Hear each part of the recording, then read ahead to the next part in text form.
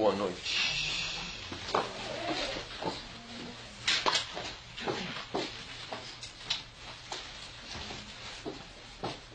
Nós vamos continuar a nossa investigação para entender por que o Padre Marcelo faz tanto sucesso. Uma espécie de perseguição. Fixação. Então, nós estávamos explicando no nosso último encontro que, na perspectiva marxista, toda a nossa análise tem que fazer alusão a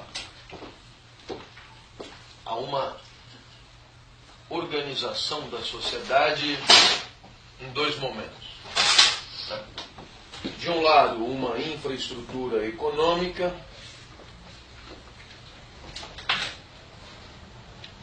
e de outro lado, uma superestrutura ideológica.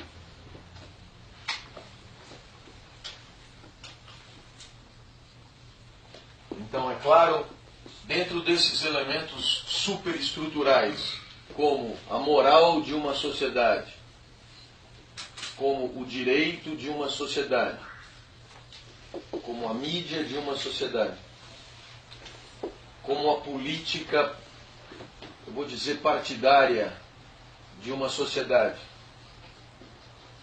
como a educação de uma sociedade, como a cultura de uma sociedade, e por que não dizer como a religião de uma sociedade. Então, e nada disso aqui tem pretensão exaustiva, né? Sejam bem-vindos.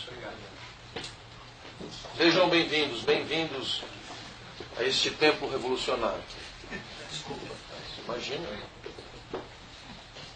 Entrem, companheiros.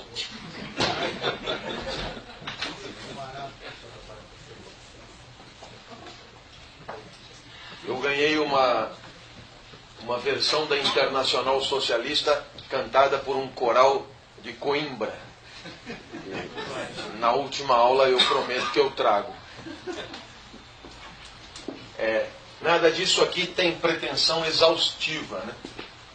Etc. Porque é evidente que isso aqui se renova, se modifica, se multiplica, né? E para te dar um exemplo dessa renovação, por que não colocar aqui a internet? Claro.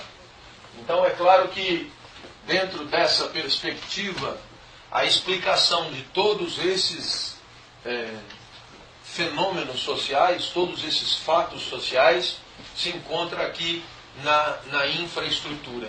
E nós tínhamos dito que essa infraestrutura, ela tem a ver com produção, né? Produção de bens. Dize-me como tu produz teus bens, eu te direi a ideologia que professas. Certo? Então é claro que nessa produção de bens nós tínhamos destacado na aula passada um dos seus principais elementos, que é o processo de trabalho.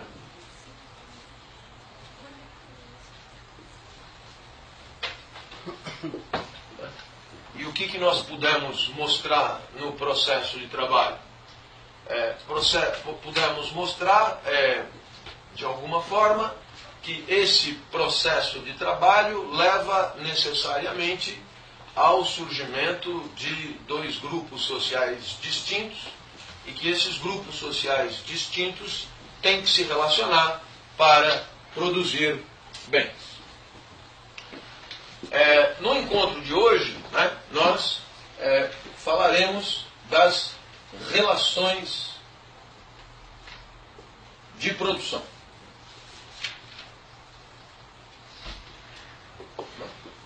Relações de produção. E, evidentemente, o que eu estou querendo mostrar aqui? Eu estou querendo mostrar aqui que estes são os elementos materiais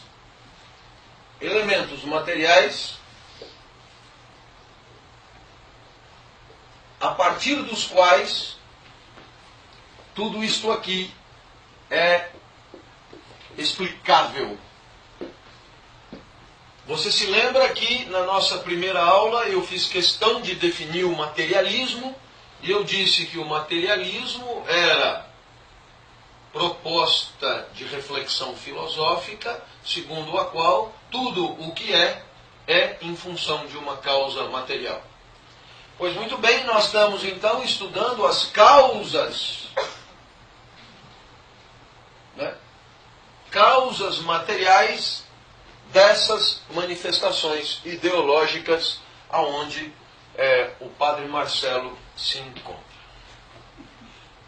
Então, o que devemos estudar hoje são as relações de produção.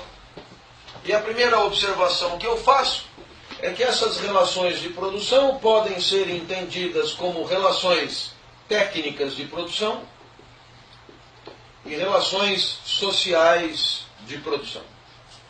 Assim explica Marx no livro 3 do Capital.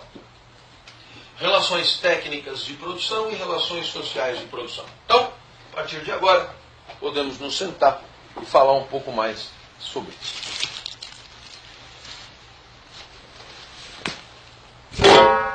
É perfeitamente possível você entender um processo produtivo individual.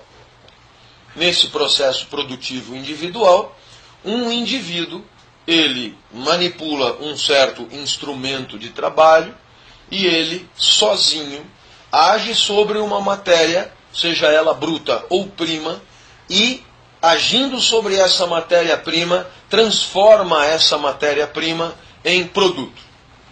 Então, imaginou a cena, esta é a cena muito característica daquilo que a gente costuma chamar de artesanato. No artesanato, o que faz o artesão? O artesão, ele controla um certo instrumental, e a partir desse domínio do instrumental, o artesão, ele detém o controle ou o domínio de todo o processo produtivo. Acho que ficou claro. Ora, conforme você deve ter percebido, essa forma de produzir bens materiais não é de longe a mais significativa no mundo contemporâneo. E por quê? Porque no mundo contemporâneo, a produção de bens materiais implica a participação de mais gente. Né? Ora, se implica a participação de mais gente, você pode entender que esse trabalho de produção seja quase sempre um trabalho coletivo e não individual. Ora, quando você pensa num trabalho coletivo, imediatamente você pensa na possibilidade, né? Assim, o que passa pela tua cabeça é que a participação de todas essas pessoas é necessária para produzir um certo bem. A participação das pessoas é necessária. Em outras palavras, o trabalho ele não é circunstancialmente coletivo. Funcionaria assim. Eu sou artesão, você é artesão, e eu digo para você, escuta, eu trabalho sozinho, fico sozinho o dia inteiro, você trabalha sozinho, fica sozinho o dia inteiro. Por que a gente não trabalha os dois no mesmo lugar? Pelo menos a gente vai conversando. E aí eu fico fazendo o meu, você fica fazendo o seu, eu termino o meu produto, você termina o seu, e ponto final. Ora, isso é uma reunião circunstancial de trabalhadores. Não é disso que eu estou falando. Eu estou falando de uma situação, em que você encontra uma cooperação, e essa cooperação é necessária para a produção do bem. Em outras palavras, eu estou querendo dizer que o trabalho individual, o processo individual do trabalho, não daria conta do processo produtivo. Então, são necessárias várias pessoas. Então, nós temos aí uma situação de cooperação. Pasme, a palavra cooperação é muito presente no jargão marxista. Bom, uma situação de cooperação, né, que eu chamaria com Marx de uma cooperação simples, é a seguinte, não vou te atrapalhar todos, é uma situação seguinte. Todas as pessoas são necessárias para produzir bens, mas todas elas fazem a mesma coisa. É o caso de um grupo de agricultores, né? Bom, todos eles são necessários para a produção de bens, mas nesse caso em questão, todos eles fazem o mesmo trabalho. O trabalho, ele é coletivo, mas ele é igual, de tal maneira que, neste caso, um único trabalhador tem toda a noção do processo produtivo. Ele tem toda a consciência do processo produtivo e ele tem todo o domínio do processo produtivo. Só que, para o processo produtivo acontecer, ele precisa de mais gente fazendo a mesma coisa. É o caso de uma cooperação simples. Você haverá de entender, essa também não é a regra, a situação de maior recorrência na produção capitalista propriamente dita. Então nós chegamos na situação que nos interessa. É a cooperação complexa. Em que consiste a cooperação complexa? Em primeiro lugar, o processo não é individual de trabalho e o processo não é de cooperação simples, isto é, os trabalhadores em cooperação não fazem todos a mesma coisa. Os trabalhadores em cooperação, eles fazem parte do trabalho. E a parte que eles fazem não é a mesma parte que o outro faz. E não é a mesma parte que o outro faz. Então você percebe que nesse caso de cooperação complexa, o trabalhador, ele perdeu a dimensão do processo produtivo como um todo. Ele só tem consciência daquela parte que lhe é destinada. Isso é importantíssimo aqui para nós. O trabalhador perde a consciência, o domínio e o controle do processo produtivo. Esse passo é um passo fundamental. Marx chega a dizer: não é possível entender nada no capitalismo sem entender que num determinado momento da evolução dos processos produtivos, o trabalhador perde o pé, ele perde o controle. E ele, portanto, se torna alienado do processo produtivo como um todo, dentro de um esquema de cooperação complexa.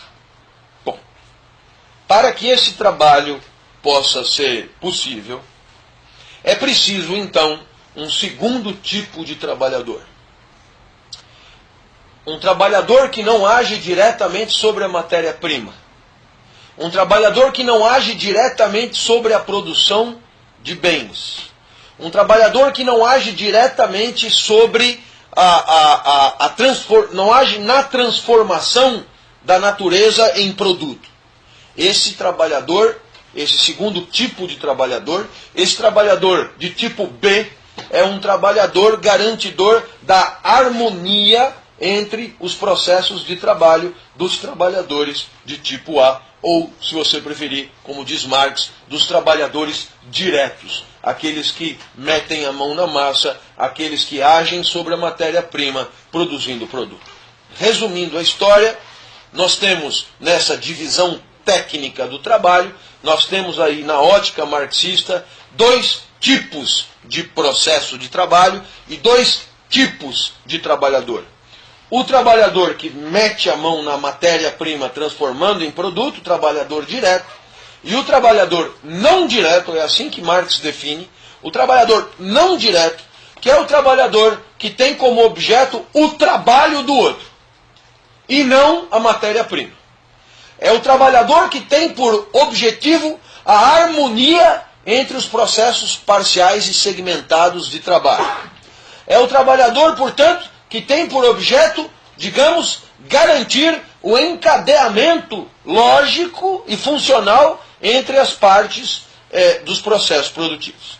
Pois muito bem, de acordo com Marx, este trabalhador também não tem a noção do todo, também não tem a consciência de todo o processo produtivo. Por quê? Porque ele está distante do operacional, ele está distante da transformação da matéria em produto. E, portanto, ele, embora seja responsável pela harmonia do todo, ele também não tem, como tem um artesão, a consciência de tudo o que é preciso fazer para chegar da matéria ao produto. Razão pela qual, num certo estágio do sistema capitalista, todos os trabalhadores perdem a consciência do processo produtivo. Em outras palavras, surge aqui um conceito fantástico, que é o conceito de trabalho coletivo. Em outras palavras, o trabalhador de carne e osso perde a consciência do processo coletivo, do processo produtivo, em nome do quê? Em nome de um trabalho coletivo. Esse sim controla todo o processo produtivo, mas ninguém sozinho, ninguém isoladamente, ninguém como pessoa controla o trabalho coletivo. O trabalho coletivo, portanto, ele se despersonaliza, né? Ele se desencarna, né? Ele transcende, né, a individualidade de carne e osso do trabalhador braçal. Acho que ficou claro essa perspectiva. Em outras palavras, o processo produtivo ele se tornou alguma coisa inabordável ao comum dos mortais, dos trabalhadores. Então eis aí um primeiro elemento das relações de produção. As relações técnicas de produção. Alguns fazem uma coisa, outros fazem outra coisa e outros coordenam os que fazem. Mais uma observação, quanto mais evoluída a sociedade em termos de economia capitalista, mais segmentado é o trabalho, mais especializado é o trabalho, mais hierarquizados são os trabalhadores não diretos e, portanto, menos se tem consciência do todo do processo produtivo. Em outras palavras, de uma certa forma, a consciência do todo do processo produtivo caminha na direção oposta do desenvolvimento do capitalismo. Quanto mais desenvolvido o sistema capitalista, menos cada um tem noção de como as coisas são produzidas. Portanto, há um afastamento em relação à consciência do todo a cada passo de desenvolvimento capitalista que uma sociedade percorre. Acho que ficou claríssimo, mais claro do que isso, eu não poderia apresentar. Pois muito bem, além da divisão técnica de trabalho, existe uma outra forma de caracterizar as relações de produção que nós poderíamos chamar de relações sociais de produção. E aqui, é claro, de novo, nós esbarramos no problema da propriedade privada dos meios de produção. Em outras palavras, do ponto de vista social, os meios de produção, eles são de propriedade de alguém. E esse alguém é o proprietário dos meios de produção. Então você entendeu o problema. O problema é que a produção não pode ser executada só pelos proprietários dos meios de produção. Em outras palavras, para produzir bens na sociedade capitalista, é preciso que participe da produção quem não é proprietário dos meios de produção. Em outras palavras, você tem necessariamente dois tipos de gente que tem que se relacionar: os proprietários e os não proprietários. Ora, essa relação, como é que ela pode ser entendida? Do ponto de vista técnico, né, quem é o proprietário? O proprietário pode ser ele mesmo um trabalhador direto. É o caso dos sistemas mais rudimentares. O cara é dono da ferramenta e ele mesmo manipula a ferramenta e ele mesmo, sozinho, faz a matéria-prima virar produto. É o caso do artesão, de novo. O artesão, ele é o trabalhador direto, é ele que garante a autonomia, a harmonia entre as partes do processo produtivo. E é ele que é o proprietário dos meios de produção. Ele é tudo. Ele faz tudo. Ele é o dono da bola. Ele é o artesão. Show de bola, você entendeu? O artesão é coisa de feira hippie, é coisa de embu das artes e não é muito relevante para nós. Então, provavelmente, esse não seja o caso mais recorrente. E quais são os casos mais recorrentes? Os casos mais recorrentes é quando o proprietário dos meios de produção é um trabalhador não direto. Ou seja, o dono do meio de produção ele é alguém responsável por garantir a harmonia entre as partes do processo produtivo. Você entendeu? O dono do meio de produção é também o administrador, né? Isso é muito comum em empresas ditas familiares, né? Onde o dono da bola é também o diretor da empresa. Então, eu acho que você percebeu que já neste caso, né, o proprietário do meio de produção também não detém o controle total e o domínio total do processo produtivo. Por quê? Porque, de uma certa forma, ele tendo por objeto o trabalho do trabalhador direto, ele também está afastado da ação, da ferramenta sobre a matéria na produção do produto. E um terceiro caso é o caso do proprietário do meio de produção não ser nem trabalhador direto, nem trabalhador indireto, ou não direto. Esse é o caso do dono do meio de produção ser como diz Marx, um não trabalhador. E quem é um não trabalhador? Um não trabalhador me faz lembrar do meu pai, se referindo a mim, né?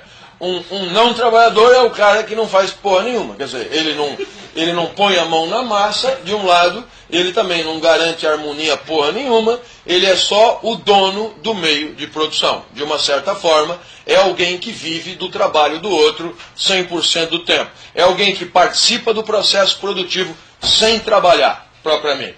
É o caso das empresas, digamos, de gestão profissional, onde o dono da bola não é o mesmo cara que garante a harmonia entre as partes do processo produtivo. Ora, esse cara, ainda com mais razão, ainda está ainda mais longe do processo produtivo como um todo. Eu não sei se você entendeu, mas podemos estabelecer aqui uma espécie de regra. Quanto mais desenvolvida a sociedade capitalista, mais o dono do meio de produção está afastado do processo produtivo ele mesmo. Está claro isso aqui? Show de bola? Quanto mais desenvolvida a sociedade capitalista, menos o dono do meio de produção tem noção concreta do que acontece para que a matéria se converta em produto. Eu acho que ficou absolutamente claro e, portanto, você percebe que esse dono do meio de produção, ele terá diferentes relações com outras pessoas para produzir bens, dependendo de qual for o seu estatuto no processo de produção, dependendo de que tipo de trabalhador ele for, ou dependendo dele não ser trabalhador de nenhum tipo. E aqui fica clara a lição de Marx. Dependendo da relação com o meio de produção que serão tecidas as relações entre as pessoas. É mais ou menos assim. É porque eu sou o dono do meio de produção que eu me relaciono com você de uma forma, é porque você não é dono do meio de produção que você se relaciona comigo de outra forma, é por conta da proximidade com o dono do meio de produção que você manda em outro, é por conta, em outras palavras, diga-me qual é a posição que você ocupa em relação ao meio de produção e ao seu dono, que eu te direi o poder que tens e o tipo de relação que você tem com o resto da trupe. Em outras palavras, eu não posso prescindir da análise do meio de produção e da sua propriedade para estudar as relações sociais de produção dentro de um determinado contexto. Eu acho que avancei um pouco e deixei isso ainda mais claro. Ora, meus amigos, dentro dessa perspectiva, né, da relação entre proprietários e não proprietários e, portanto, da relação entre classes, nós podemos estudar dois tipos de relação que Marx apresenta ainda no livro 3 do Capital. A relação entre explorados e não explorados e a relação entre cooperadores. Eu quase falei colaboradores. Com o perdão da chacota. Entendeu por que a chacota? Não. É porque agora você não fala mais que o sujeito é seu empregado. Você fala colaborador. E isso pode ser uma estratégia cosmética para descaracterizar a relação de exploração que caracteriza o que, né? Entendeu? Pode ser uma palavra para enganar. Mas isso eu estou dizendo que pode ser, não é que seja. Quem sou eu aqui para afirmar qualquer coisa? Eu aqui só falo o que Marx falou. Né? Eu não tenho nada a ver com isso. Que fique claro. Muito bem. Então vamos lá. A primeira grande relação de exploração em torno do trabalho é a escravidão. Em que consiste a escravidão? O dono do meio de produção,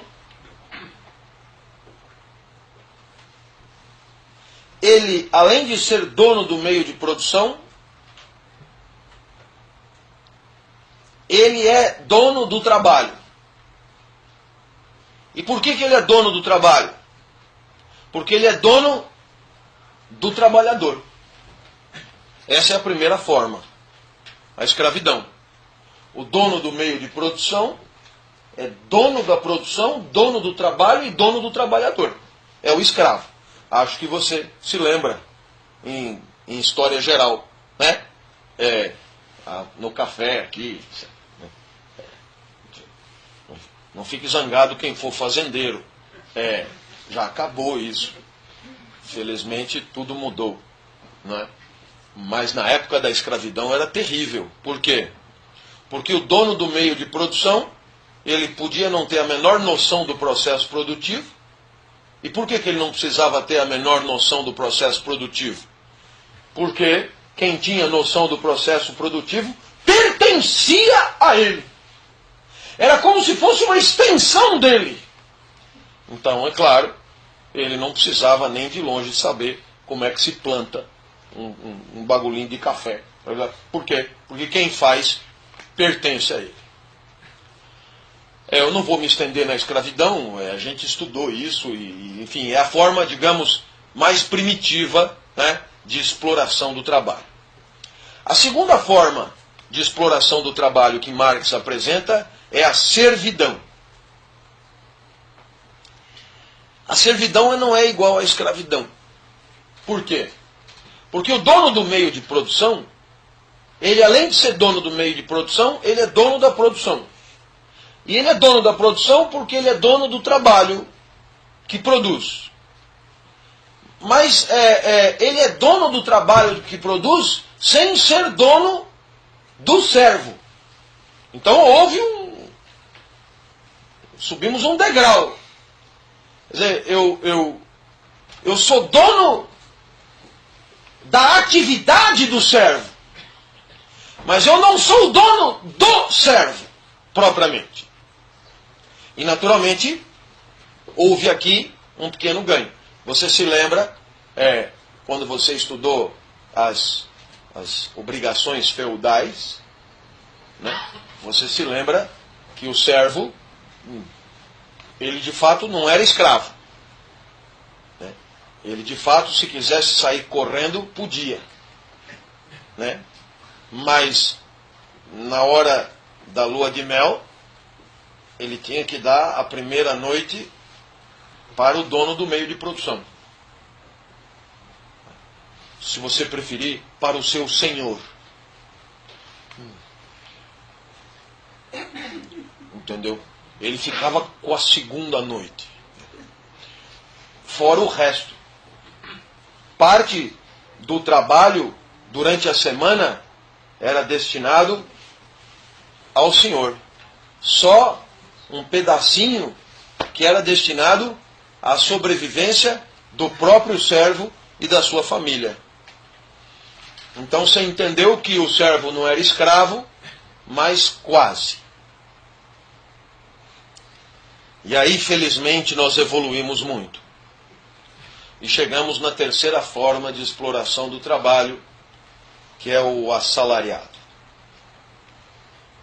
Como assim? Esse assalariado que o senhor está falando sou eu? Eu não sei, você é assalariado? Se for, é você mesmo que nós estamos falando. Porra, mas logo depois do escravo e do servo já vem eu? Não fica assim. O seu caso tem panetone no final do ano, tem cesta de Natal. é bem bacana, porque o dono do meio de produção, ele continua dono do meio de produção. Ele é dono da produção. Ele é dono... E parou um pouco por aí, né? Porque ele só se torna dono do trabalho porque o trabalhador vende o trabalho. Ficou mais feliz agora. O trabalhador vende o trabalho. Então, o proprietário dos meios de produção, ele é comprador da força de trabalho. E quem diz vende, diz que pode também não vender. Então, veja, nós estamos melhorando a nossa compreensão. Dentro dessa exploração, o que acontece?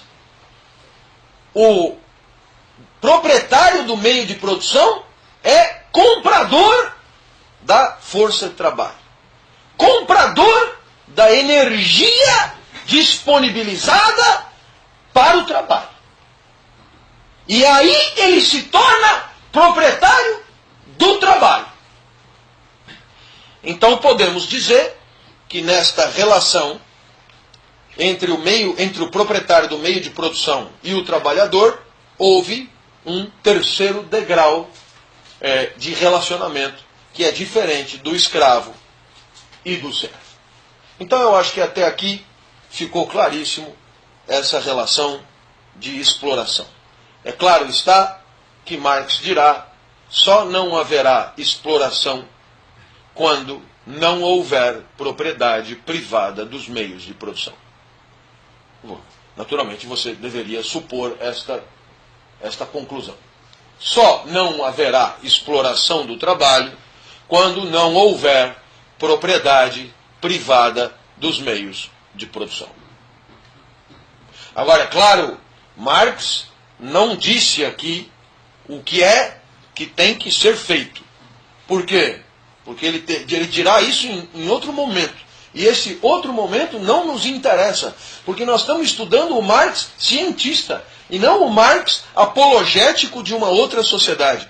Então não interessa muito a solução que ele propôs, interessa a sua análise do sistema capitalista. E na sua análise do sistema capitalista, a questão é muito clara. O sistema capitalista se funda na propriedade privada do meio de produção. E enquanto houver propriedade privada do meio de produção, haverá exploração do trabalho. Exploração do trabalho pelo proprietário ao não proprietário.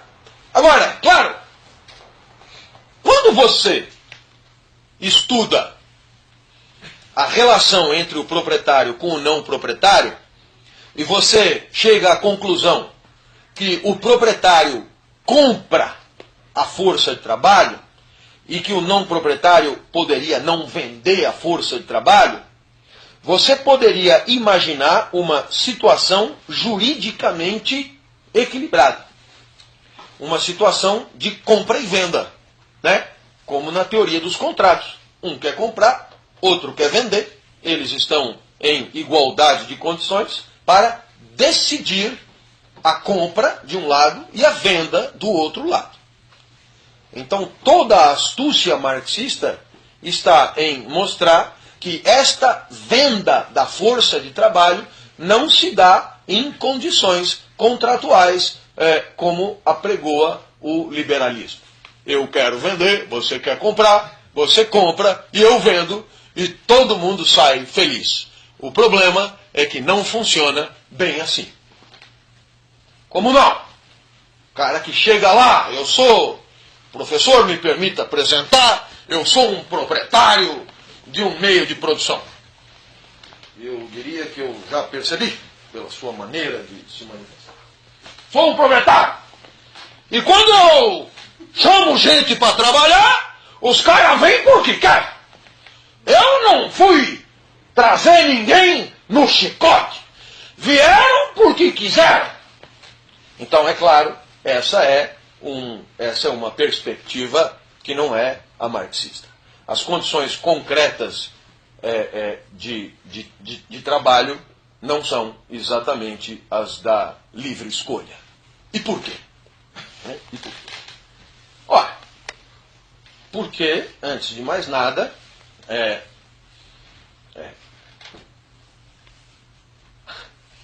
a força de trabalho no sistema capitalista tende a ser abundante em relação às possibilidades materiais da sua venda. Acho que eu disse exatamente a frase que está no livro, né? Porque decorar o Capital é uma dos meus hobbies prediletos. Isso acontece aos domingos, quando os resultados do futebol não são 100% convenientes. Eu me dedico a decorar o Capital. É preciso um pouco de tristeza, né? E a derrota no futebol ajuda. Quando os resultados são 100% convenientes, eu pulo o Capital. Quais são as condições de venda da força de trabalho? Existe uma abundância do lado da oferta e uma escassez do lado da compra da força de trabalho. Em outras palavras, né, na perspectiva marxista, em regra, né, existe mais oferta de força de trabalho do que demanda de força de trabalho. O que coloca o vendedor da própria força de trabalho numa condição de inferioridade material em relação ao comprador da força de trabalho. Perspectiva óbvia. Isso não vale só para operário de fábrica. Isso vale para estagiário de agência de publicidade, ou de direito, ou do que você quiser, né? A mão de obra é abundante. Então esse é o primeiro quadro. Então quando você vai vender a tua força de trabalho, o que você vai se dar conta? Que tem mais gente querendo vender a mesma força de trabalho. E o número de compradores não é suficiente para comprar toda a força de trabalho. E isso faz com que a força de trabalho seja valorada cada vez a menor preço. Olha que bacana. Porque, claro, tem muita gente disposta a trabalhar, pouca gente disposta a comprar, e, portanto, esse que compra se dá ao luxo de pagar sempre menos, né? Sempre progressivamente menos do que pagaria se houvesse menos oferta de trabalho. Esse aí é o primeiro quadro, um pouco indesmentível, da perspectiva marxista. Um segundo quadro. A força de trabalho poderá ser vendida melhor, isto é, o trabalhador terá melhor condição de negociação do preço da sua força de trabalho, quanto mais rara for a sua competência. Perspectiva um pouco óbvia também. Em outras palavras, quanto mais a minha competência for restrita em relação ao número de pessoas que pode oferecer, mais eu posso encher o peito e negociar uma melhor remuneração pela força de trabalho. Eis aí uma segunda constatação. Então, o que Marx constata? Marx constata que a grande massa proletária tem uma competência muito semelhante. Em outras palavras, tem uma formação para o trabalho frágil, medíocre. O que faz com que todos tenham mais ou menos a mesma coisa para oferecer. Aqueles que porventura têm algo diferente para oferecer, eles já são em menor número. E de fato, poderão negociar melhor a venda da sua força de trabalho. Só que aí acontece uma coisa paradoxal. Quanto mais eu subo na especialização do meu trabalho, menos gente eu encontro.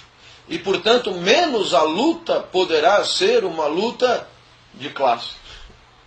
E mais, ela é uma luta que tende a se individualizar, que tende a se restringir. Portanto, quanto mais eu tiver condições de agrupar grandes números, menos eu tenho condição de lutar por melhores condições de trabalho. Ao contrário, quanto mais eu subir na negociação, ou seja, quanto mais eu tiver uma oferta qualificada de trabalho, menos gente eu tenho para brigar. E, portanto, mais eu tenderei a brigar pelo meu caso isolado e não pelo caso da categoria, da classe, do coletivo e do grupo.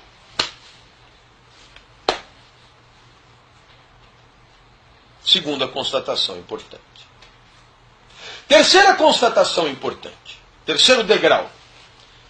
Marx não fala nada de degrau. Sou eu que estou pegando você pela mão.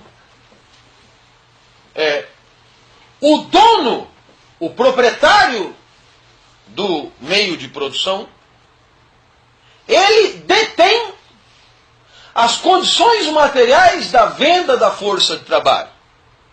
E, portanto, ele controla como, onde, quando, por quê e com que frequência o trabalho poderá ser vendido.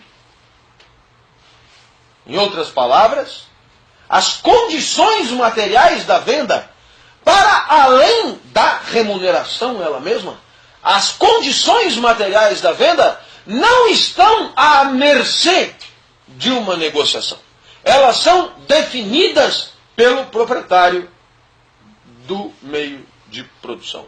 De tal maneira que a adesão ao sistema é uma adesão que quase sempre se traduz em sim.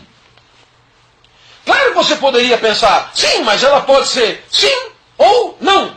Claro. Mas o não fica muito pouco provável, por quê? Porque no sistema capitalista, a chance do trabalho e da sobrevida pressupõe a venda a algum proprietário de um meio de produção. Razão pela qual ou eu me ferro com A, ou eu me ferro com B. Mas, você percebeu? Quer dizer, eu posso até dar uma de fresco, fazer alguma coisa doce aqui, mas vou ter que cair lá, então acaba dando na mesma. Em outras palavras, eu repito, o proprietário privado dos meios de produção, ou se você preferir, o burguês, ele é o dono da bola. Ele é o dono das condições materiais de venda da força de trabalho. Razão pela qual ele define se e em que condições o trabalho vai ser vendido. Mais do que isso, o dono dos meios de produção também define as condições de prosseguimento do trabalho. As condições em que efetivamente o trabalho será realizado. Porque não é só uma questão de definir a contratação. É definir a materialização da execução do trabalho. Sou eu que vou definir não só se você trabalhará, mas também como você trabalhará. Em que condições concretas você trabalhará. E naturalmente, Marx dirá, para isso o direito servirá como extraordinário cosmético, né, de disfarce, né, desta exploração. Né? Então, em outras palavras, o direito do trabalho será apresentado como um conjunto de garantias que permitirão ao trabalhador melhores condições, mas este direito, ele tem uma função desarticuladora do processo revolucionário.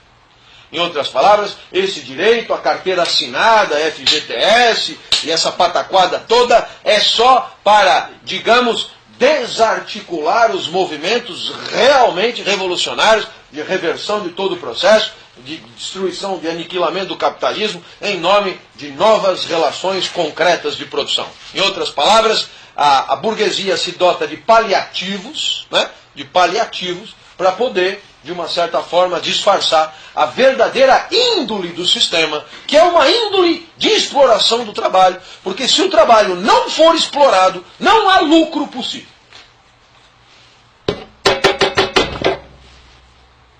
Diante disso, nós podemos dizer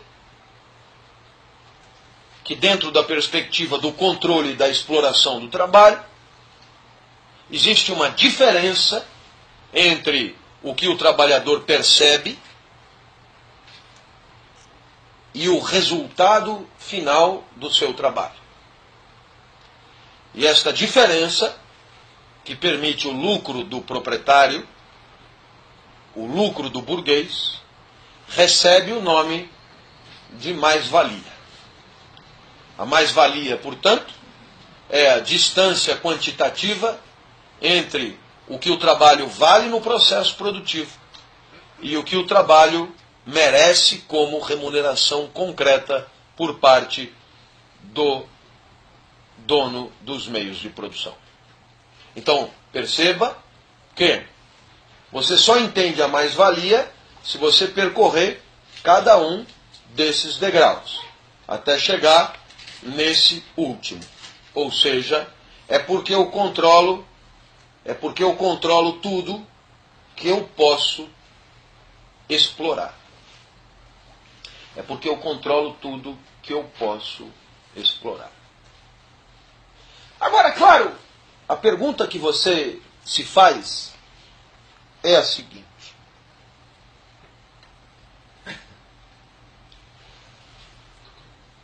o trabalhador não percebe, o trabalhador não se dá conta, o trabalhador não consegue avaliar a relação de exploração que caracteriza o seu ingresso no processo produtivo? E aqui Marx tem uma das suas principais teses. É porque o trabalhador não tem consciência e domínio do processo produtivo que ele também não tem consciência e domínio dos mecanismos de exploração do seu trabalho. Eu vou repetir. É porque eu não tenho o controle do começo ao fim, como tem o artesão. É porque eu só faço parte da coisa. É porque eu não sei bem o tamanho do todo. É porque eu não tenho na minha cabeça a condição de avaliar o todo, que eu não me sinto explorado. Porque, é claro, observa Marx, se eu fosse artesão, eu mesmo compro a matéria-prima, eu mesmo tenho a ferramenta, eu mesmo trabalho um certo número de horas que eu defino, eu mesmo produzo o produto e eu mesmo vendo, eu não me deixo explorar por ninguém. Mas é exatamente porque eu não sei o que acontece para além da minha estreita esfera de produção que eu não consigo enxergar o montante e a extensão das condições exploratórias do meu trabalho.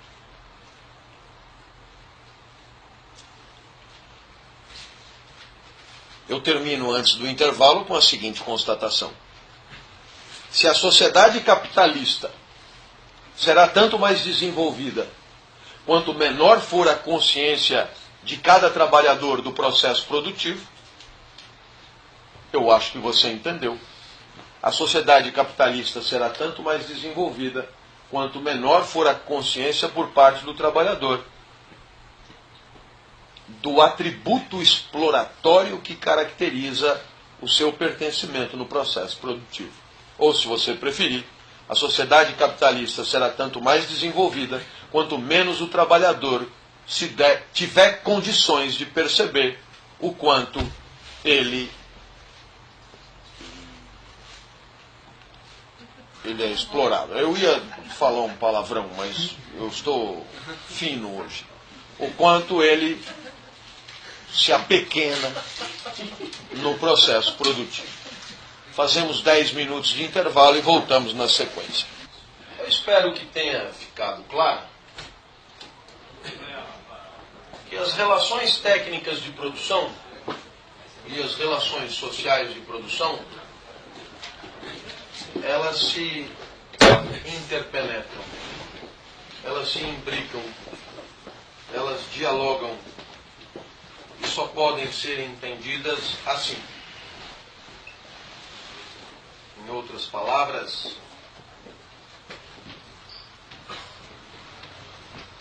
é uma certa divisão técnica do trabalho que confere materialidade à relação de produção. E é uma certa historicidade na relação de produção que confere a uma técnica de trabalho o seu contexto. Razão pela qual as relações de produção técnicas e sociais, né? E aqui você tem, só para você se lembrar, né? Você tem aqui os trabalhadores, né? Individuais, né? Os trabalhadores diretos e os diretores, os trabalhadores não diretos, né? Essas relações técnicas estão absolutamente imbricadas nas sociais, aonde você tem aquele que compra a força de trabalho, o dono do meio de produção, e aquele que vende a força de trabalho, ou seja, o proletário, o não proprietário dos meios de produção. Ora, meus amigos, é dentro desta perspectiva em que a relação entre quem compra e quem vende é entendida como uma relação de exploração, é que nós destacamos 3 casos: o caso da escravidão, o caso da servidão e o caso do salário, do assalariamento. Esses 3 casos são 3 formas particulares de exploração do trabalho por parte de quem compra sobre quem vende. E nesses 3 casos, o trabalho é infravalorado em relação à sua real participação no processo produtivo. Vamos explicar isso melhor. Imagine aqui uma certa matéria-prima. Conforme dissemos, o trabalho é a transformação dessa matéria-prima em produto.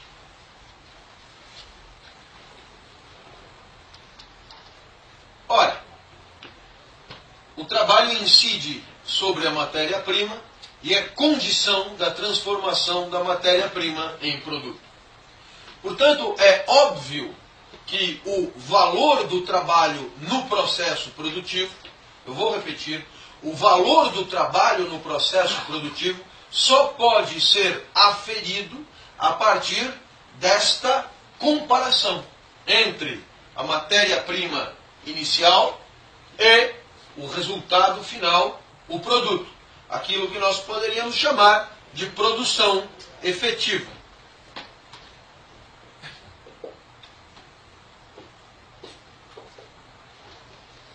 A produção efetiva é o resultado final da ação do trabalhador sobre a matéria no processo produtivo. Ora, essa produção efetiva permite a identificação de um valor para o trabalho. Ora, este valor que o trabalho tem como condição da produção, isto é, como condição da transformação da matéria em produto, este valor para o trabalho não é o valor pago ao trabalhador. ou seja, o salário. E também não é o salário mais benefícios. E também não é o salário mais benefícios mais bônus. E também não é o que caralho você quiser pôr aqui. Tudo isto aqui será significativamente inferior a isso aqui. A diferença entre o valor do trabalho no processo produtivo e o valor pago pelo trabalho recebe o nome de mais-valia. Pergunta de intervalo. Esclarecimento feito. A mais-valia, portanto, é a diferença que denuncia o prejuízo do trabalhador. E, portanto, consequentemente, o lucro do proprietário. Eu não preciso te dizer que esta mesma reflexão você pode fazer para espaços capitalistas de prestação de serviço. Quer que eu exemplifique ou não precisa? Se quiser, eu exemplifico. Vamos pegar uma escola. Conhece uma escola? Não? Essa escola, ela tem um dono. O dono é o dono do prédio, o dono das carteiras, o dono não sei o que, o dono não sei o que lá. Aí tem lá professores, né? E etc. Esse porra que só atrapalha o secretário e o diabo. Muito bem. É claro que a escola pega o aluno, que etimologicamente quer dizer sem luz, aluno, sem luz, entendeu? E a escola age sobre o aluno de maneira a transformá-lo. E vai transformá-lo num luno. Vai transformar num aluno. Exatamente. Mas eu faço do meu jeito. Num luno. Muito bem. Num formado, num não sei o que, etc. Então existe aqui uma intervenção, e essa intervenção, quem faz é o professor. Né? Não, tem os livros na biblioteca, não sei o quê. É o professor, em 99%, que transforma o aluno em luno. Ora, então, o que acontece? O professor deveria ser remunerado em função da comparação entre o luno e o aluno. E essa comparação é só a luz. Só isso. Está claro? Então você percebe que o professor não é remunerado por essa comparação. O professor é remunerado, sabe-se lá por quê. Quer dizer, o professor é praticamente não remunerado. Então o que acontece? Você tem o valor do trabalho do professor e o valor pago pelo trabalho do professor. Passa a régua. Isto aqui tende a zero.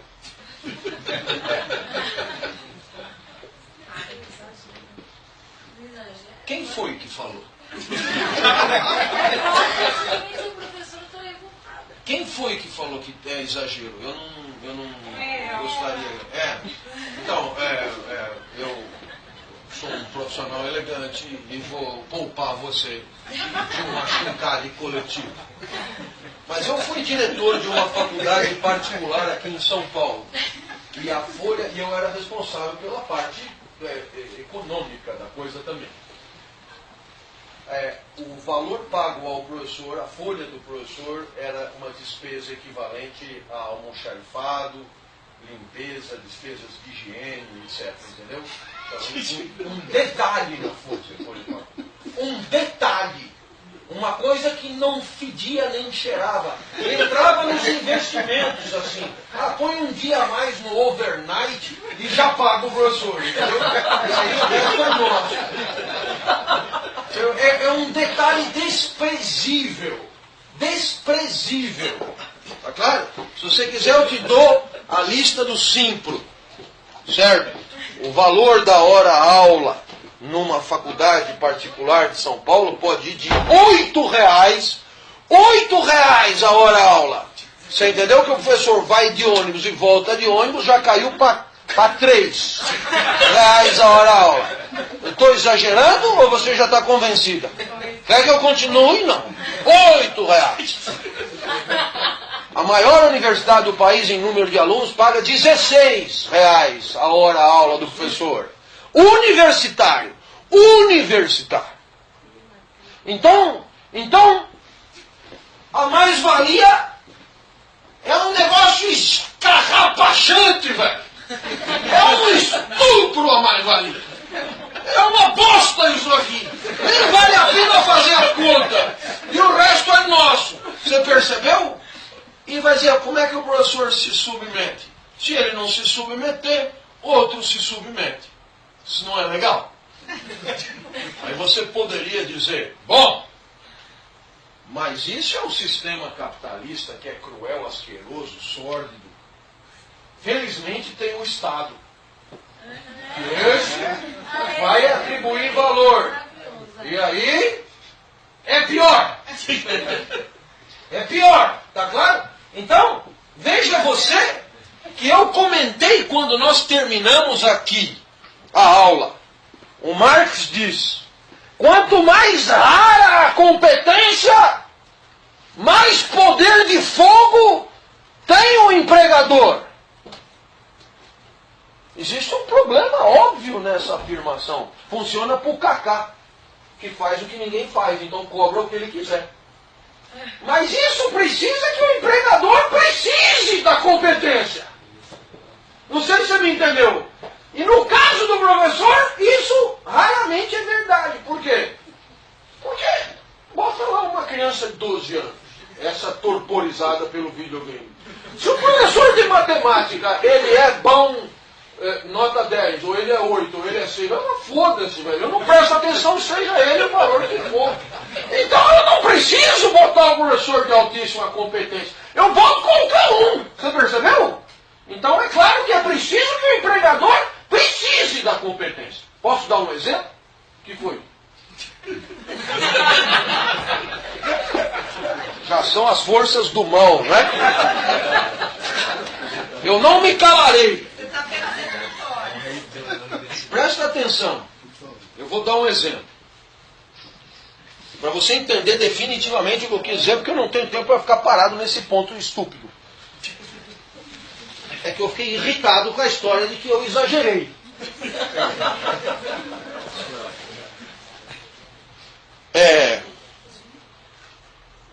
Imagine uma faculdade.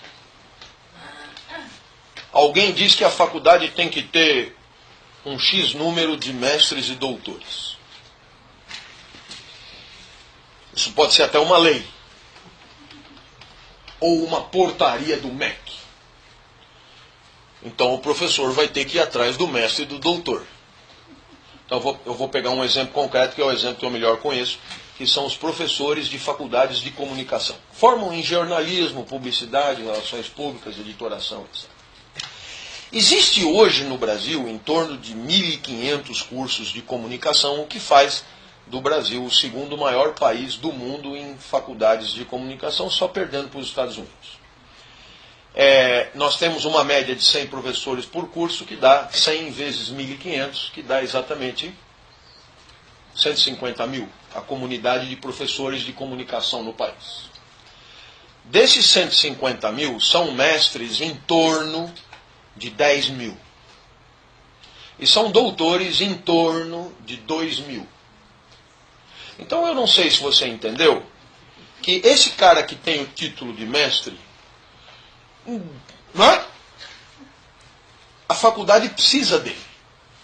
Não que ela goste dele. E não pela competência que ele tem, porque não tem nenhuma a mais. O mestrado muito mais emburrece do que outra coisa em muitos casos. Não é porque ele aprendeu a dar aula no mestrado, pelo contrário, só desaprende. Mas é que o cara precisa do título, não é da competência, é do título. Então, na hora, o cara diz, tem mestrado? Tenho. E como a faculdade já sabe que você tem um título que é escasso e que ela precisa, ela já te oferece um tostãozinho a mais. Se tem mestrado, a aula é tanto. De 16 vai para 22. Agora, precisa de doutor também, aí já são 2 mil. O cara que tem doutorado, ele já vai negociar empinado, entendeu? Por quê? Porque para achar um doutor já é um pouco mais difícil. Então a faculdade já paga um pouco mais. Eu acho que você entendeu que a negociação vai dependendo da raridade do que você tem para oferecer, mas não é qualquer raridade. Parece meio óbvio, mas eu faço questão de esclarecer, porque a pergunta que me fizeram aqui no intervalo me angustiou.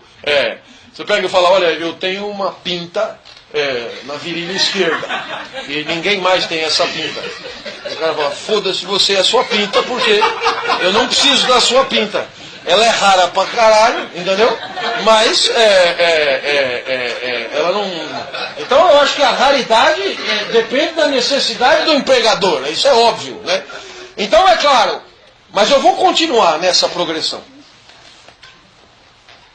Existe uma expectativa de que a faculdade, para ter chancela de respeitabilidade no mercado, além dos cursos de pós-graduação lato sensu, que qualquer um pode abrir, ela deve oferecer cursos de pós-graduação stricto sensu, ou seja, produção científica, mestrado e doutorado.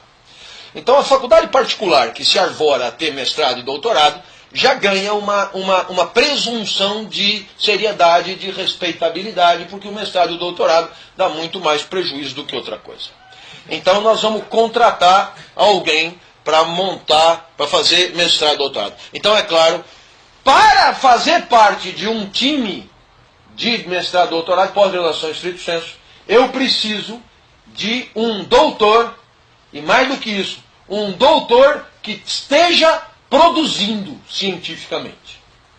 Dos 2 mil doutores, estão produzindo cientificamente em torno de uns 300. Tem muitos que obtiveram o título de doutor e foram fazer outra coisa. Esses 300, eles são candidatos a programas de pós-graduação. E produzindo cientificamente não é professor Pardal, não. É publicando em revista chancelada pela CAPES, seja nacional, seja internacional. Então você percebeu, esse cara está entre os 300. Nós começamos com 150 mil e nós já estamos em 300.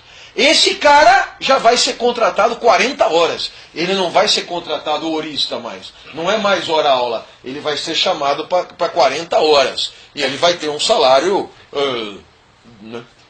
Aí, para ser muito sincero, de uns 8 pau, 10 pau, pelas 40 horas. E esse cara já é uma espécie de marajá da educação. Olha, 8 pau, 10 pau é com generosidade. Né? 10 pau é bruto. Conhece a diferença de bruto e líquido? Agora, esse grupo precisa de um líder. E o líder precisa ser um cara respeitado no país, com uma produção indiscutível de preferência internacional. Ele é que vai fundar o programa. Ele é a cara do programa. Ele é o programa. Ele é que vai representar o programa fora. Ele é que vai... Se o programa passar para nível 7, ele vai ser conhecido no mundo inteiro. Ele é o cara. Esse cara tem que ter produção internacional regular. Já caímos para uns 20, 25. Esse cara costuma ganhar mais. Não sei se você entendeu. Ele é o coordenador de um programa de pós-graduação. Eu não sei se você percebeu, mas agora eu cheguei no topo. Acima disso, é só representante de área, e depois fora da área, líder na CAPES e ministro da educação, mas aí o ministro já não é mais por carreira, é político e tal. Então acho que você percebeu o quê? O que eu quis dizer aqui? Que os caras que têm condição de enfrentar o empregador, eles estão muito isolados. Porque aqueles 150 mil poderiam sair para o pau e jogar muito no ventilador. Mas esses 150 mil não tem nada para oferecer. Então quem tem para oferecer são 2 mil, ou 300, ou 25. E esses já não tem nenhuma perspectiva de classe na sua luta. É uma luta de consagração individual. Então existe o que Marx chama de um paradoxo. O trabalhador terá tanto mais força para lutar pela remuneração pelo seu trabalho, quanto mais isolado ele se encontrar.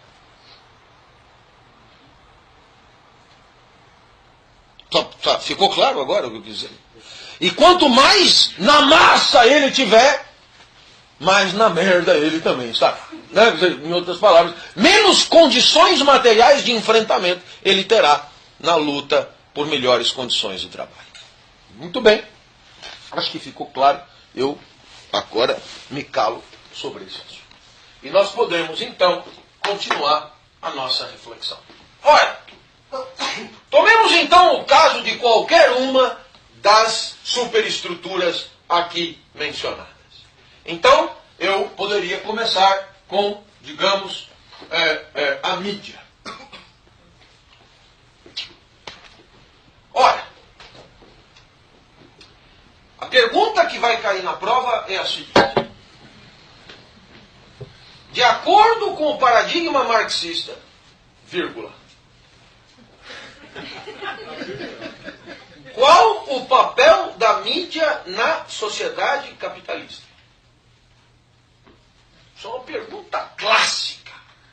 De acordo com o paradigma marxista, qual o papel da mídia na sociedade capitalista? O que é que a mídia está fazendo na sociedade capitalista? Qual é a sua verdadeira função? Então, naturalmente, chega o aluno desavisado e diz, professor, mídia pode ser jornal? Pode. Aí o aluno diz, a função do jornal é informar o que aconteceu. Eu pergunto, quanto esse aluno tirará? Zero. Excelente, cara. Olha, vê como nós progredimos. A função do jornal é informar o que aconteceu. Nota 0.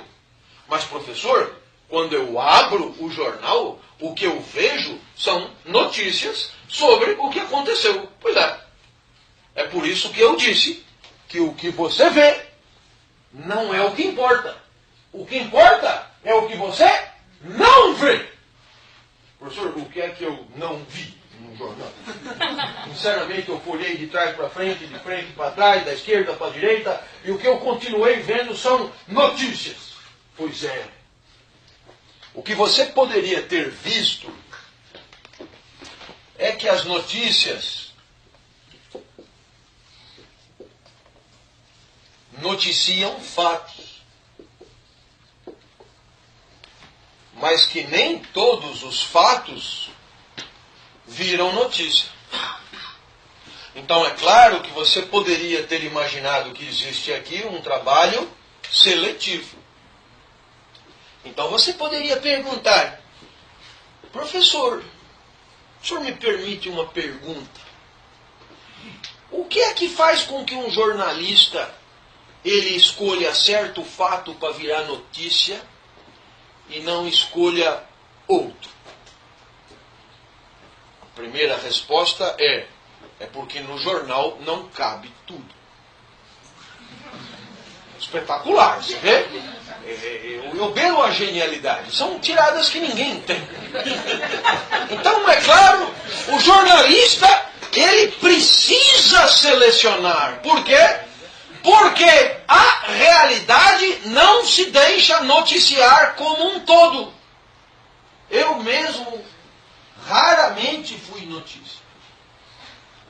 E todas as vezes que fui notícia, foi por conta de eventos que eu mesmo considero os menos auspiciosos da minha vida. Entendeu? O que isso significa? Que o critério que o porra do jornalista usa para escolher o que do professor Clóvis vai virar notícia não é o mesmo que o professor Clóvis escolheria para noticiar a sua própria vida. Está claro isso? Impressionante, velho. Então, você olha e diz, que critério é esse? E a resposta que vem é, o jornalista noticia o que aconteceu de mais importante. Essa resposta satisfaz. O que está no jornal? O que tem de mais importante? E aí, a pergunta que faz o matuto, que mora entre Amparo e Serra Negra, é o seguinte: professor, o senhor me permite mais uma pergunta? Pois não. O que quer dizer importante? Aí o professor diz, normalmente o professor aí já está na lona, né? O professor de jornalismo dirá, importante é o que é importante. Eu continuei sem entender muito bem. Se o professor tiver algum recurso, ele dirá, existem fatos que valem mais do que outros. Professor, para um fato valer, ele vale em função de que critério? É importante o que todo mundo acha importante. Eu só me pergunto, só uma perguntinha. Como é que todo mundo pode achar importante se precisou ler o jornal para saber o que aconteceu? E o jornalista decidiu antes de fazer o jornal. Como é que o jornalista pode saber o que todo mundo acha importante se as pessoas só leram o jornal depois? Você percebeu? É que o jornalista, velho, é muito mais tosco do que o perguntador. Você entendeu? O jornalista não vai dizer para você que o critério que ele usa para escolher os fatos que viram notícia é um critério de dominação de classe. E por que ele não vai dizer isso para você? Porque ele não sabe. Porque se ele soubesse, provavelmente ele não suportaria desempenhar a sua profissão. Ele precisa também estar convencido de que o que ele noticia é de fato o mais relevante para aquela sociedade. Porque se ele se convencer que ele não passa de um lacaio, de um sistema de exploração, evidentemente ele vai trabalhar com um pouco mais de tristeza. Mas a resposta é um pouco essa. A conversão de fato em notícia é uma conversão que obedece a um critério que nós vamos chamar de critério de noticiabilidade, e esse critério de noticiabilidade, ele é um critério burguês. E eu estou falando como um marxista, que eu não sou. Em outras palavras, a mídia existe para atender aos interesses da burguesia. E você dirá, mas um minutinho, professor Clóvis. Quais são os interesses específicos da burguesia. E alguém dirá, eles falam de futebol porque a mídia gosta de futebol e a burguesia gosta de futebol. Eu conheço um monte de proletário que gosta de futebol. Professor, na mídia tem novela. E novela agrada burgueses e proletários. Professor, na mídia tem horóscopo, e horóscopo agrada burgueses e proletários. Na mídia tem o Faustão, e o Faustão agrada burgueses e proletários. Então eu acho que você entendeu que o interesse que a mídia atende, o interesse de classe, não é o consumo da própria mídia. Não é esse o interesse. Quem é burguês aí? Eu! Que você quer assistir? Chuck Norris. Então tome Chuck Norris de segunda a sexta. Não, não é isso. Você não entendeu picas do que eu quis dizer. O interesse que a mídia atende não é a alegria com o produto. Né? Jornal Nacional. Não. Então que interesse é, professor? E a resposta é simples. Na luta de classe entre burgueses e proletários, a mídia desempenha um papel fundamental. Porque nesta luta, a mídia dificulta, ou por que não dizer, impede algum tipo de consciência de classe. Ali. Então que fique claro, a mídia atende aos interesses da burguesia, não é porque oferece produtos ao gosto da burguesia. Acho até que um pouco pelo contrário. O interesse que a burguesia tem na mídia não é o próprio divertimento, mas é o divertimento da classe adversária.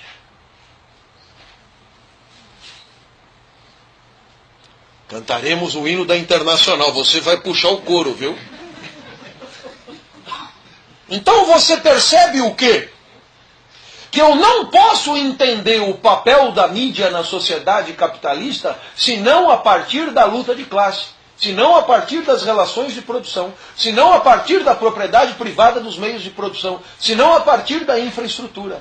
A mídia é um instrumento que permite à burguesia conservar a sua posição de dominação de classe. E por que ela permite isso? Porque ela ajuda a burguesia a produzir mais? Porque ela ajuda a burguesia? Porque ela ajuda... Não. A mídia permite à burguesia que o proletário não dê um pau nela. E por que o proletário não dá um pau nela? Porque o proletário não quer. A rigor é isso. Ou se você preferir, nós estamos chegando no ponto que eu quero chegar. Graças aos meios de comunicação, a burguesia consegue fazer compartilhar um certo número de crenças, um certo número de convicções, um certo número de ideias sobre o mundo. Ideias sobre como o mundo deve ser. Ideias sobre o que é certo e o que não é certo. Ideias sobre quem merece ser aplaudido e quem merece ser vaiado. Graças à mídia, todos nós compartilhamos quem na nossa sociedade merece ser idolatrado e quem na nossa sociedade merece ser... Obrigado. Foi você que falou? Você se recuperou completamente do exagero. E quem na nossa sociedade merece ser execrado? Graças à mídia, meus amigos, nós podemos a cada tempo... Vem comigo. Graças à mídia nós podemos a cada tempo definir um bode expiatório. E esse bode expiatório, do ponto de vista simbólico, concentra nas suas costas todas as mazelas, todas as injustiças, todos os males, todas as escrotices que a sociedade patrocina. E com isso, a execração e o sangramento desse bode expiatório faz desviar a atenção para a complexidade dos processos de dominação e de exploração. Poderíamos dar um exemplo. Vou pegar o mais recente.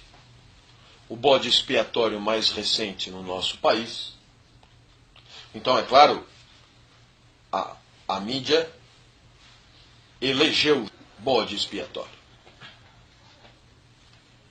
E aí não é difícil você listar os comportamentos tidos como inaceitáveis.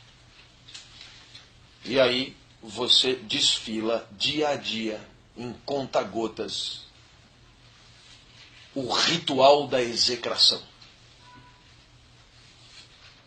Ora, qual é a consequência disso? Você purifica o ar.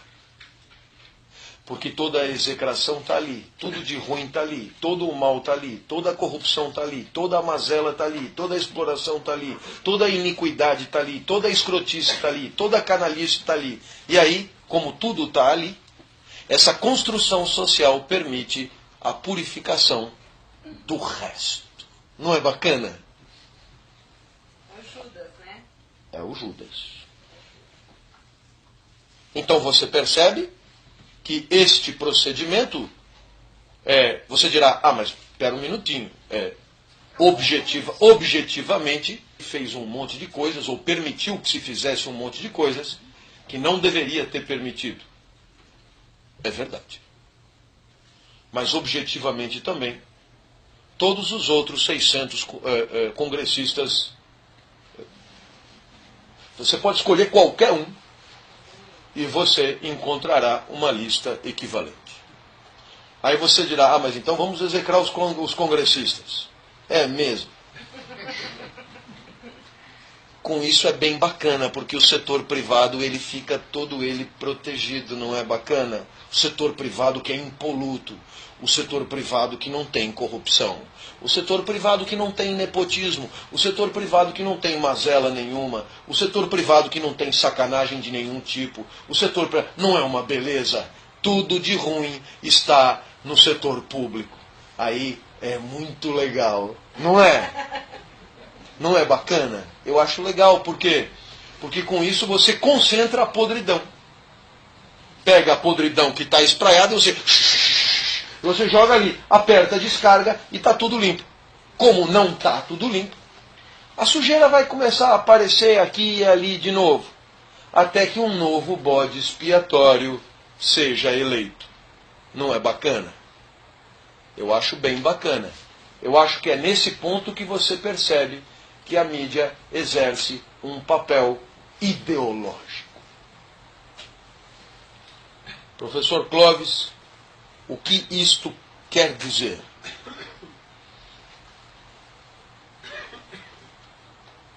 É fácil perceber que um grupo domine o outro grupo pela força física. A literatura é cheia de exemplos. E as guerras são super exemplificativas. É fácil, portanto, você estudar a história da humanidade pela história de uma dominação física. O mais forte é o chefe. O mais forte é o dominante. No entanto,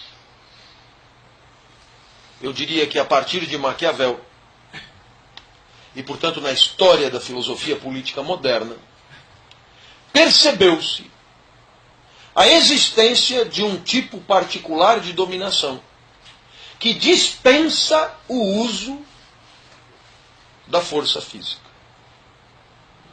E dispensa o uso da força física por quê? Porque o dominado não se rebela. Razão pela qual o dominante não precisa bater.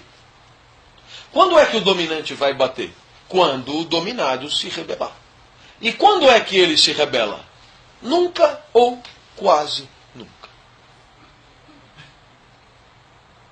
Você percebe então que nunca uma dominação é exclusivamente ideológica. Porque tem horas que, apesar de todas essas manipulações, o dominado se dá conta que é dominado e parte para o enfrentamento. Aí, quando a ideologia não faz o seu papel, é preciso bater. Se você preferir, quando o cinema e o McDonald's não fazem o seu papel, os Estados Unidos invadem. Quando é que eles não invadem? Quando não precisa. Quando os dominados já são suficientemente docilizados, americanizados e, portanto, indignos de serem enfrentados fisicamente. Eu acho que você entende que dia após dia os proletários desse país se levantam para trabalhar. E você talvez não se lembre na memória da última vez que os proletários se reuniram para enfrentar os seus patrões, fisicamente. Talvez, se você puxar pela memória, você perceba que foi este o último momento também que a polícia desempenhou o seu papel físico de garantidor da supremacia da dominação burguesa na luta de classe. A violência esporádica aqui, ali e acolá, essas não são violências de classe. Pelo contrário. Só servem para desunir ainda mais um já inconsciente proletariado. Perceba então, meus amigos, que existe uma situação ideológica onde donos dos meios de produção e vendedores da força de trabalho muito mais concordam do que discordam. É quando os dois falam do gol do Ronaldo. É quando os dois comentam o fim da novela. É quando os dois comentam que caiu o avião da TAM. É quando os dois comentam que... É quando os dois muito mais compartilham uma certa hierarquia do que importa e do que não importa, do que propriamente discordam. É quando os jornais gastam páginas e páginas e páginas para falar da queda do avião da TAM, porque, é claro, dentro do avião, não é da TAM também, mas da Air France, eu estou falando TAM e pensando no avião da Air France morreu gente que importa. Se num final de semana em São Paulo morrem tantos quantos assassinados aí na periferia, naturalmente isso não vai merecer a atenção da mídia, porque é outro tipo de gente que morreu. Eu não sei se você já percebeu, mas a morte tem um valor midiático dependendo do valor social em vida. E mesmo quando caiu um outro avião com um número equivalente de mortos, a atenção foi bem menor. Acho que talvez por uma questão étnica. Mas você nem sabia disso, que caiu logo em seguida um outro avião com um número equivalente de gente, um avião do mesmo porte. Mas aí saiu uma notinha, mas também é gente, sei lá, gente diferente. Não encaixa no perfil do noticiável padrão. O noticiável padrão é o cara que pega avião todo dia no aeroporto de Congonhas. O noticiável padrão, ele tem um perfil próprio e ele vale mais do que o outro. E o proletário é incapaz de enxergar isso e, portanto, é o primeiro a assinar embaixo. É lógico, se cai um avião no meio do mar, isso merece páginas e páginas e páginas de uma novela, mas 150 maltrapilhos que são assassinados na guerrilha urbana todo dia isso não pode merecer a atenção de ninguém. É o próprio proletário o primeiro a concordar com isso. E você percebe, portanto, que quando a dominação é ideológica, não há condição propícia para o conflito. Por quê? Porque a dominação ideológica fomenta a concordância, um certo entendimento, uma certa certeza de que pensamos parecido. E você poderia perguntar, como é que o dono do meio de produção pode pensar parecido com o cara que tem o seu trabalho explorado por esse mesmo meio de produção? É porque existem instâncias garantidoras desse compartilhamento. Instâncias produtoras e difusoras de uma ideologia. Entendendo por ideologia uma ideia de como o mundo deve ser. A escola fazia esse papel com primazia. A religião fazia esse papel com primazia. E hoje, a escola e a religião tiveram que entrar na mídia para poder assegurar alguma primazia. E aí, diariamente, os meios de comunicação, graças à tecnologia, graças à indústria, os meios de comunicação estão na favela também e democratizam o conhecimento, não é legal? Graças a isso, graças aos abnegados capitalistas que permitiram o acesso à informação pela televisão, hoje a mesma novela que você assiste no Jardim Europa, você assiste também em Heliópolis. E aí é bem bacana. Porque na hora que se encontrarem terão muito sobre o que conversar. Viver a vida. Em Viver a Vida nós passamos vários capítulos assistindo a duas modelos desfilando não sei aonde. E também tem o José Maier comendo todo mundo. E tem também o advogado do José Maier, que é uma espécie de lacaio do Crápula, né? Uma espécie de... é o articulador jurídico da indecência, ou seja, o serviçal legal do processo. E aí a telenovela segue o seu caminho, agradando a todos, com altíssimos índices de audiência, e nós, quando nos encontrarmos em qualquer lugar, teremos sobre o que conversar. E aí não é de se espantar, concordaremos mais do que discordaremos. Professor, o papel da mídia não é divertir? É.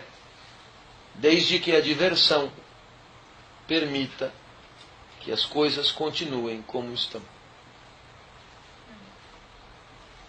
Isso diria um marxista. Professor, como é que seria possível mudar?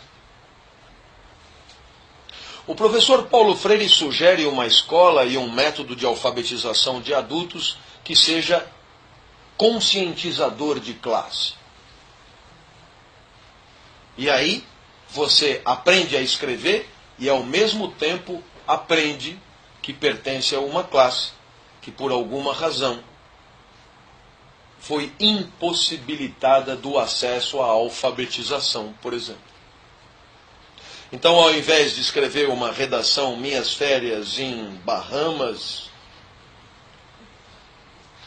você escreve Minha Primeira Bomba. Como matei o meu primeiro burguês. E você se choca, Paulo Freire nunca sugeriu isso. Isso é meu mesmo.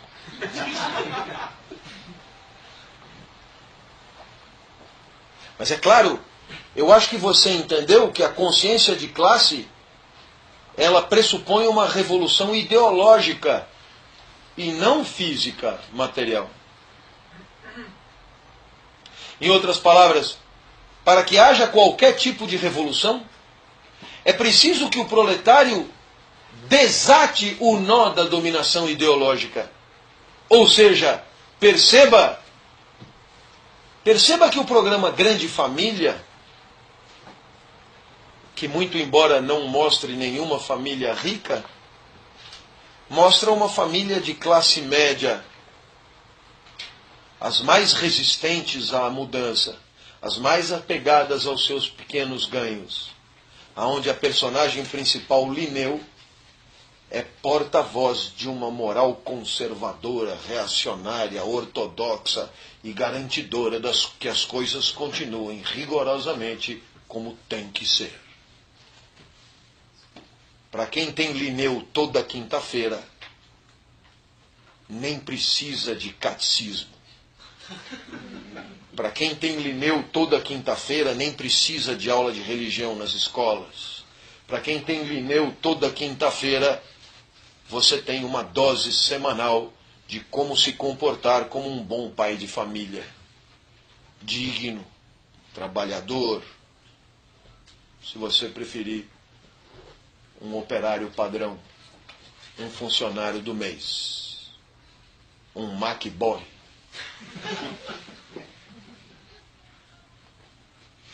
Como seria a mídia revolucionária?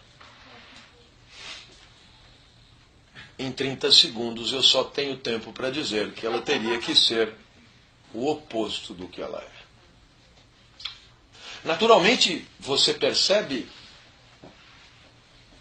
a dimensão, né, do equívoco de Marx. É óbvio que durante muitos momentos você percebe a dimensão dos seus acertos. Mas Marx vislumbrava a revolução. E ele vislumbrava a revolução por quê? O caminho era simples. No capitalismo, o capital se concentra, os meios de produção vão para a mão de cada vez menos, portanto, quem era burguês vira proletário, o proletariado incha e se empobrece, e a burguesia mingua e se enriquece. Chega uma hora que a burguesia pode deter o exército, a polícia, o corpo de bombeiros, o que ela quiser, o proletariado dá um pau na burguesia. Aconteceu em lugar nenhum. E se não aconteceu em lugar nenhum, não é porque a burguesia se precaveio e tem uma supremacia física. Não. É porque ela raramente precisa bater. Ela raramente precisa bater por quê? Porque suas verdadeiras armas são de natureza simbólica. Suas verdadeiras armas são de natureza ideológica. E aí, é claro, a articulação da igreja com a Rede Globo, com a publicidade, acaba constituindo uma espécie de programa de vida boa. No final da novela tem declarações de pessoas que se fuderam no passado, mas que agora se recuperaram e, nossa, elas são muito felizes agora, não é? E perceba, se você seguir o padrão e o script, você vai se dar bem. Porque o sistema tem espaço para isso. Para 2 ou 3 dentro dele se darem bem. Paradoxalmente, um dos melhores exemplos é o Silvio Santos. Adversário de circunstância, mas ombreado estratégico nessa pasmaceia ideológica que são os meios de comunicação. Então eu acho que a mídia foi um ótimo exemplo. Porque agora você percebeu que um pensador marxista não analisa a mídia pela mídia, mas analisa a mídia a partir da luta de classe. E tudo o que você vê na mídia não é esclarecedor. Tudo o que você vê na mídia é mascarador, é ocultador, é dissimulador do que verdadeiramente importa. Como toda superestrutura, no lugar de esclarecer, de mostrar e de exibir com transparência o que é a sociedade, ao contrário, esconde no lugar da transparência a opacidade, no lugar da clareza a cosmética. O direito, portanto, quando garante a igualdade de todos perante a lei, mente. A mídia, quando garante a democracia ao seu acesso, mente. A educação, quando garante igualdade a todos, mente. E toda a superestrutura mente. Mente porque faz o seu papel de esconder as verdadeiras mazelas do sistema e impedir com isso uma sadia e justa transformação da sociedade, através da mudança das suas relações de produção e, portanto, através da construção de um outro mundo social. Era o que eu tinha para dizer hoje. Semana que vem tem mais. Obrigado.